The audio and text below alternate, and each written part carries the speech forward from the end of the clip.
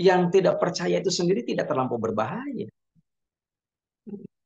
Tetapi pandangan itu dikatakan berbahaya apabila ragu-ragu. Kita meragukan kebenaran terhadap apa itu. Terhadap ajaran itu yang dimaksud adalah toriko. Teristimewa bersyabat ma'had surya laya sirna rasa PPKN. Kalau ada orang yang nggak percaya, itu bukan sesuatu yang ribet. Ya, namanya saja orang nggak percaya. Yang sangat dikhawatirkan adalah orang itu sudah masuk ke dalam TKN Ma'had Surya Sirna Rasa PPKN, tetapi dia sendiri sebenarnya tidak yakin, ragu-ragu apa benar begitu apa. Karena munculnya keraguan semacam begini, itu pun dikikis habis, jangan sampai berkhianat, gitu ya. Dikatakan berkhianat itu sendiri, yang sebenarnya akan merugikan dirinya sendiri. Yang saya hormati pengelola acara Bunda Haya, Profesor Priyatno, Al Mukarramun segenap yang bisa pada malam hari ini, yang mulia Kiai Anang, yang mulia Kiai Maya, yang mulia Kiai Mustafa, yang mulia Kiai Hasan Bakri, yang berbahagia pemangku hajat manakib Ibu Hajah Lilis dari Majalengka. Semoga beliau beserta keluarga selalu mendapatkan kajemaran rahmatnya dari Allah Subhanahu wa taala karena kecintaan beliau kepada Syekh Mursyid setelah terbiasa istiqomah sebagai pemangku manaqib. Ikhwan akhwat di seluruh penjuru dunia yang sedang mengikuti acara manaqib online internasional. Yang saya cintai, yang saya banggakan. Di dalam surat Al-Isra ayat 1 itu diinformasikan bahwa pada suatu malam Allah Subhanahu wa taala memperjalankan hamba pilihannya bernama Muhammad sallallahu alaihi wasallam di Masjidil Haram, Masjidil di Palestina. Sudah sama-sama kita ketahui dan sudah setiap apa, hari selalu dibahas oleh para ahli, terutama begitu masuk di bulan Rajab. Kemudian dari apa, Masjidil Aqsa Nabi Muhammad itu dii'rajkan sampai ke Sidratul Muntaha. Kemudian diperintah oleh Allah Subhanahu wa taala untuk melaksanakan sholat 5 waktu. Dan itu sudah saya tahu. Yang ingin saya sampaikan pada kesempatan malam hari ini adalah hakikat dari i'raj itu sendiri apa? Dalam artian di dalam salah satu sabdanya Rasul akan as-salatu mi'rajul mu'minin. Yang namanya sholat itu merupakan mi'rajnya, tangganya, jembatan untuk sampai ke hadirat Allah Subhanahu wa taala bagi orang yang beriman. Hanya persoalannya kita ini sudah mi'raj apa belum? Ternyata eh, guru agung kita, Pangarsa Abah Awas radhiyallahu anhu qaddasa sirruh, itu sangat simpel gitu ya. Memberikan penjelasan kepada kita semua bahwa untuk bisa diketahui kita ini sudah mi'raj ataupun belum, arti posisi kita udah naik atau belum menuju hadirat Allah Subhanahu wa taala, itu bisa dilihat dari parameternya. Dan parameternya sangat sederhana. Parameter yang saya maksudkan adalah yang diberikan oleh guru agung kita, parameternya itu sendiri ada pada doa Rajab. Kan begitu masuk bulan Rajab kan kita dibimbing oleh beliau untuk membaca doa Rajab secara rutin. Semuanya kan kita sudah terbiasa membaca doa. Maksud saya doa Rajab itu begini. Allahumma tohir lisani minal kidbi wa qalbi minan nifaqi wa amali minar riya wa basari minal khiyan. Fa innaka ta'lamu kha'inat a'yun wa ma tukhfis sudur. Kan diamanatkan oleh beliau, oleh guru agung kita agar dibaca. Ternyata itu menjadi parameter. Kita ini sudah atau belum pada Allah Subhanahu wa taala. Sudah naik apa enggak derajat kita. Itu parameternya hanya itu. Hmm. Jadi doa Rajab itu sendiri kan mengandung 4 pokok persoalan. Yang pertama, Allahumma tahhir lisani minal kidzi. Agar kita yang pertama itu membersihkan lisan kita, lidah kita, mulut kita itu dari ungkapan-ungkapan bohong. Ini menjadi penting bagi kita karena kita ketahui bahwa yang namanya lidah itu sendiri kan apapun yang terucap oleh kita itu kan direkam oleh Allah Subhanahu wa taala. Direkam berdasarkan salah satu firman di dalam Al-Qur'an surat Qaf ayat yang ketiga yang ke berapa? 18. Ma yalfizu min qaulin illa ladaihi raqibun. Apa yang terucap oleh lisan kita itu direkam oleh 2 malaikat pencatat. Nah, malaikat pencatat ada yang ditugaskan untuk mencatat kebaikan kita dan satu lagi malaikat yang ditugaskan untuk mencatat keburukan kita. Nah ini karena direkam secara khusus gitu ya. Ini maksudnya begini, bukan berarti anggota badan itu sendiri tidak diketahui, tidak begitu. Itu mengapa lisan ini itu disebut di dalam Al-Quran sebagai organ tubuh kita yang dicatat oleh 2 malaikat. Yang lain juga dicatat. Hanya persoalannya mengapa disebutkan ini merupakan satu penekanan dari Allah Subhanahu wa taala bahwa agar lisan kita itu sendiri memang terhindar daripada hal-hal yang bersifat bohong. Begitu. Dan kita tahu bahwa ternyata memang dampaknya luar biasa. Salamatul insan fi hifzil lisan. Selamatnya manusia itu banyak ditentukan oleh mampu tidak seseorang itu sendiri bisa menjaga lisan.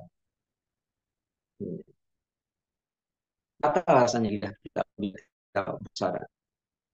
Hanya persoalannya adalah bicaranya itu sendiri memang harus diatur. Gitu ya.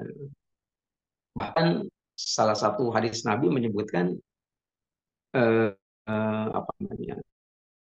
Apabila ternyata kita tidak mampu berkata-kata dengan yang baik, maka kita sebaiknya untuk diam. Itu sudah sama-sama kita ketahui. Dua parameternya fakol bimin itu ya.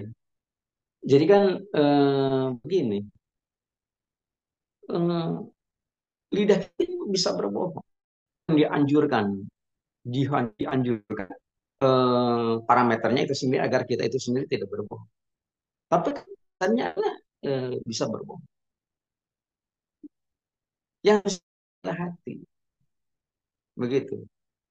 Ya, seorang putri sekalipun, seorang penjahat sekalipun, apabila sekali waktu tertangkap oleh yang berwajib diproses secara hukum, pada waktu di sidang dia bisa ngomong saya tidak melakukan, meskipun hatinya sebenarnya melakukan. Gitu ya. Jadi hati ini tidak bisa dibohong. Nah, tetapi sebagai parameter kita ini sudah menyorot ataupun belum, bahwa ternyata kita ini sangat dipantau. Dalam artian kita bukan hanya membersihkan, tapi perlu untuk mensucikan hati kita daripada perbuatan-perbuatan nifak. Nifak itu artinya palsu. Bukan hanya di dalam keseharian apa ya, secara umum dalam artian apapun yang terucap oleh hati kita. Kalau Abah menegaskannya termasuk pada saat melaksanakan ibadah sholat, sholat parduka ataupun sholat sunnah yang kita lakukan, itu jangan sampai apa ya, hati kita jangan sampai berselingkuh. Dalam artian lidah kita mengucapkan menghadap Allah Subhanahu wa taala, tetapi hati kita sebenarnya tidak. Jangan sampai terjadi begitu. Nah, jadi sangat sederhana patokannya, adanya kesesuaian antara ucapan dan hati itu sangat dibutuhkan. Ini pada ini otomatis kan ini tidak ada yang tahu hati kita ini apa berselingkuh kepada Allah Subhanahu wa taala ataupun tidak, itu hanya kita yang tahu.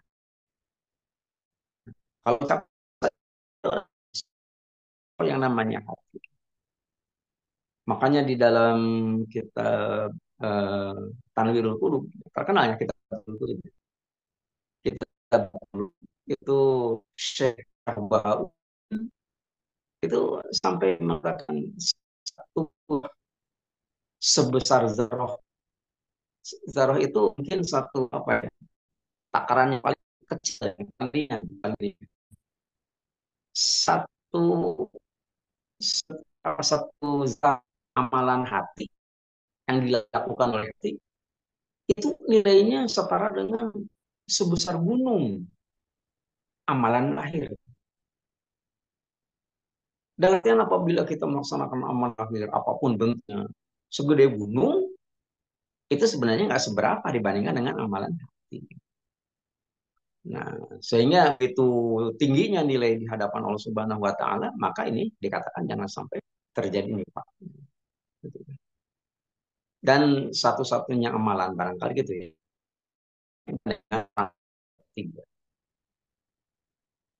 Yang ketiga, parameternya apakah kita sudah dikatakan mi'raj kehadirat Allah Subhanahu wa taala ataupun belum, itu bisa dilihat daripada wa amali. Di dalam kajian tasawuf yang namanya ibadah kan semuanya ria. Yang namanya ria itu yang dimaksud ria adalah bisa dilihat oleh manusia. Semua ibadah yang tercantum di dalam Islam itu begitu.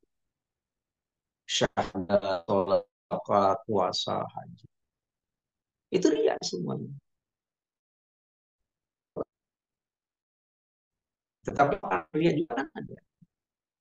Maksudnya begini, meskipun kita melakukan ibadah yang termasuk ke dalam kategori ria, itu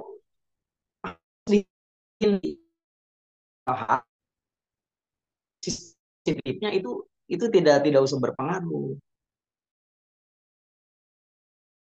Dalam artian Al-Hijr ayat yang ke-65 itu menyebutkan la yaltafit minkum ahad. Jadi pada saat kita melaksanakan ibadah meskipun itu termasuk kategori ria bisa dilihat oleh orang. Jadi jangan sampai ucapan seseorang yang melihat ibadah kita itu sendiri pada hati kita. Hati kita tetap aja kepada Allah Subhanahu wa taala. Contoh konkretnya begini, umpamanya kita bersedekah. Itu kan bisa dilihat oleh orang, apalagi diumumkan, dipublikasikan. Itu kan hati terkadang ada rasa nggak diomongin orang dan sebagainya. Nah, maksud saya yang dikatakan sebagai apa? Sebagai layal tapi minkum ahad. Diomong apa enggak diomong oleh orang lain? Itu tidak akan berpengaruh kepada ajegnya hati yang tetap istiqomah hanya kepada Allah Subhanahu. Itu kan hanya satu kan amalan yang tidak ria. Semua amal ibadah adalah ria. Yang tidak ria hanya satu. Itulah zikir khofi. Dikatakan tidak lihat karena tidak ada yang tahu. Selain kita yang mengucapkan sesuatu dan Allah Subhanahu wa taala. Malaikat aja nggak ada yang tahu. Pada saat kita melakukan zikir khofi itu malaikat tidak bisa mendeteksi apa yang dilakukan oleh hati kita. Gitu ya. Makanya dengan ilustrasi yang begitu indah, itu saya katakan bahwa dengan zikir khofi itu malaikat, bahkan malaikat Israel sekalipun itu kecolongan. Kecolongan dalam artian ada orang yang berpulang ke hadirat Allah Subhanahu wa taala, malaikat Israel nggak tahu. Kira-kira karena api, begitu apinya pekerjaan amaliyah yang dilakukan oleh ketiga. Yang keempat, yang terakhir adalah wabasori minal khiyana. Yang namanya basar adalah pandangan. Pandangan itu apa namanya dikatakan sebagai pandangan lahir dari pandangan. Kalau pandangan lahir itu sendiri merupakan sesuatu yang bisa dilihat ya, orang. Pandangannya begini, arahnya kemana, yang dilakukan oleh kita itu apa. Tapi yang dikatakan sebagai pandangan batin adalah bagaimana sikap kita untuk menyikapi hal-hal yang terkait dengan kita sendiri.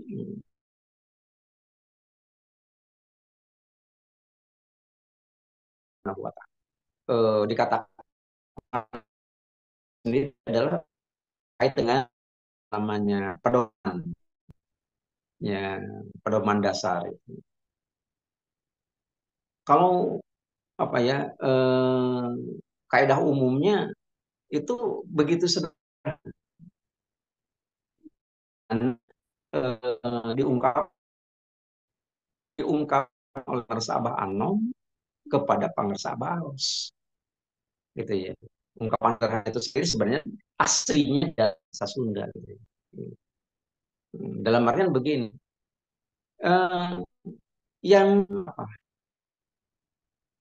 yang tidak percaya itu sendiri tidak terlampau berbahaya, tetapi pandangan itu dikatakan berbahaya apabila ragu-ragu. Kita meragukan kebenaran terhadap apa itu, terhadap ajaran itu yang dimaksud adalah toriko, teristimewa, bersyabat, ma'had surya laya sirna rasa PPKN. Kalau ada orang yang nggak percaya, bukan sesuatu yang ribet, yang namanya saja orang nggak percaya. Yang sangat dikhawatirkan adalah orang itu sudah masuk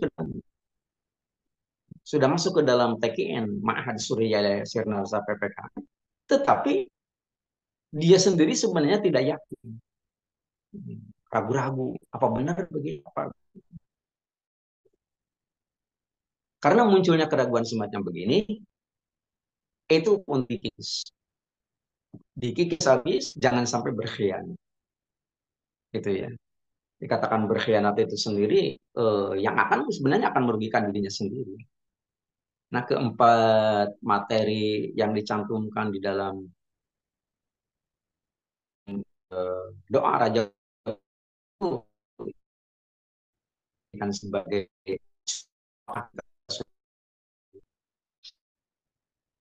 kita langsung sudah berniat, hanya mungkin posisi kita itu bagaimana. Saya kerucutkan parameter disebut Abu kita Awas radhiyallahu anhu qadasa sirah, mengacu kepada salah satu sabda Rasul, salat mi'rajul, salat itu mi'raj orang ini, dan ini harus dilakukan. Jadi kita memperingati Rajaban dan lain sebagainya. Sementara kita sendiri tidak bisa meningkatkan diri kita melaksanakan dan mendirikan sholat merupakan apa yang merupakan intisari daripada di Isra Muhammad SAW, maka hal yang harus dilakukan. Ya. membersihkan lisan kita dari perbuatan bohong, mensucikan hati kita daripada nifak, membersihkan amal-amal kita dari merasa kita ini dilihat orang. Sedangkan yang terakhir adalah membersihkan bagaimana kita supaya tidak berkhianat. Semuanya menuju ridho Allah Subhanahu wa taala sesuai dengan apa yang diharapkan di dalam Al-Qur'an. Sudah ayat yang ke-21. Wala saufa yarda. Agar kita mendapat ridho Allah Subhanahu wa taala, keempat ini merupakan peniscayaan. Sesuatu yang tidak salah. Demikian dalam sistematis mudah-mudahan bermanfaat bagi kita, paling kita bisa tahu apa yang harus kita lakukan dan apa yang harus tidak kita lakukan agar hari ini bisa lebih baik daripada kemarin. Dengan mengamini doa paten pengarsa Abah sebagai mursyid kita, Allah berkahi semuanya. Allah berkahi segalanya. Allah berkahi selamanya. Dengan karomah guru agung yang mulia pengarsa Abah radhiyallahu anhu pada sasirat Al-Fatihah.